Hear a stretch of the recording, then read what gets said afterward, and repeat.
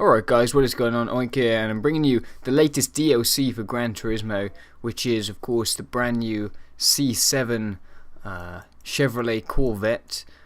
First of all, if you want to find it, I actually have to search in G for Gran Turismo and then it comes up on the store. Some of you, depending on where you're from, might have it on the homepage. You can click on it there, add to cart, and then download. Now in the UK here, and I've read on forums that this was a problem in Europe as well, that you get this error: we're sorry, the product cannot be purchased this time, and that will happen after the first time you get it, where it will have an error.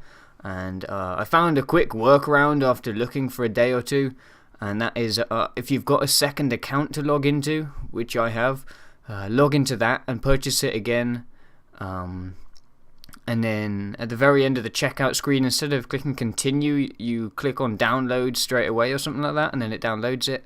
And then it's on your PlayStation, so once it's on your PlayStation you can just switch back to your other account and you'll have it. So hopefully that might help some of you guys that are having problems with it.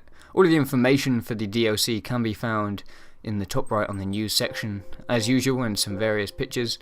As some of you may know, this is a camouflaged version, so it's kind of different to what we've seen before. Remember to install it on the GT5 downloadable content section on the main menu there to be able to use it in game, and that will add one copy of the car into your car exchange as a free car, and you can redeem that straight away if you wish. This is the car, as you can see, with the camouflage covering most of the bodywork, and kind of stopping you seeing the major details of the car and whatnot like that.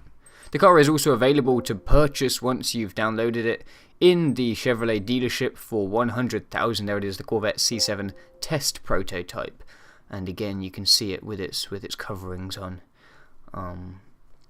Actually, I'm thinking it's looking pretty cool, but you can kind of see some weird sort of white and black stripes underneath it. I'm not quite sure what that is. Anyway, so obviously the major talk is that you can change very little about the car because it is a test prototype, and this really is a kind of unique experience to test a car that is yet to be unveiled, in fact, which is why it's got the stealth camouflage covering on it. So I thought I'd check out what exactly you can change. So tires are one thing, brake balance is another thing, and then I'm pretty sure everything else is not changeable. So there's no suspension options, no drivetrain, no transmission, no turbo, no exhaust, no intake. You have got a power limiter, so obviously if you wanted to, you could take some power off, and you can add ballast to it. But other than those few settings, really there's very little you can change about it.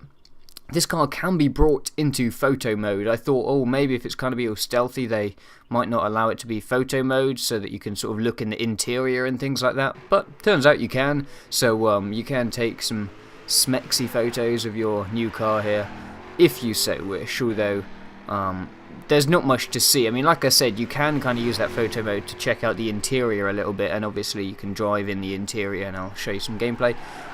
But I thought I'd just do a drive around the Nürburgring. They were talking in sort of the news section there that I mentioned earlier that they were testing this car on the Nürburgring, pushing it to its limit. So I thought I'd drive it a lap around the Nürburgring and give you guys my impressions of the car. As again, it is an unreleased car, so this is the latest version of the Corvette. You know, they obviously have new versions every so often. In fact, having said the inside view there, they've even got coverings on the inside, so you can't really see much of the interior either.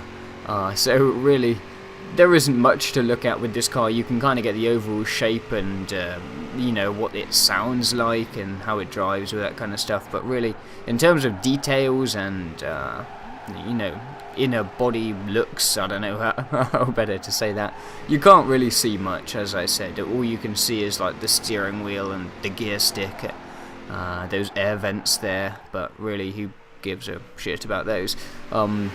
In terms of how the car is driving, I've never been a big fan of American muscle cars, especially the Corvettes. I'm not a huge fan of them. I mean, I think they're pretty nice, and I like the style. I think they do look really cool.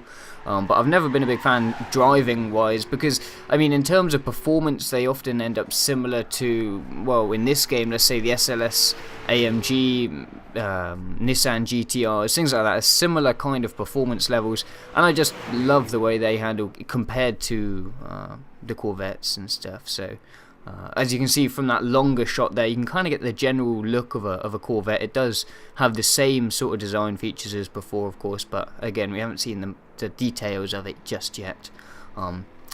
Going back to the driving, I mean, as I said, I'm never a big fan of these cars, but I gotta say, it's handling pretty nicely. It's got a bit of oversteer if you get a bit too excited on the throttle, but in terms of performance, it kind of feels really sporty. You know, it definitely, it's got that racing feel to it, and was good fun to drive, so highly recommend checking it out. So I hope this has been a helpful video and you enjoyed it, and I'll catch you guys soon. Peace.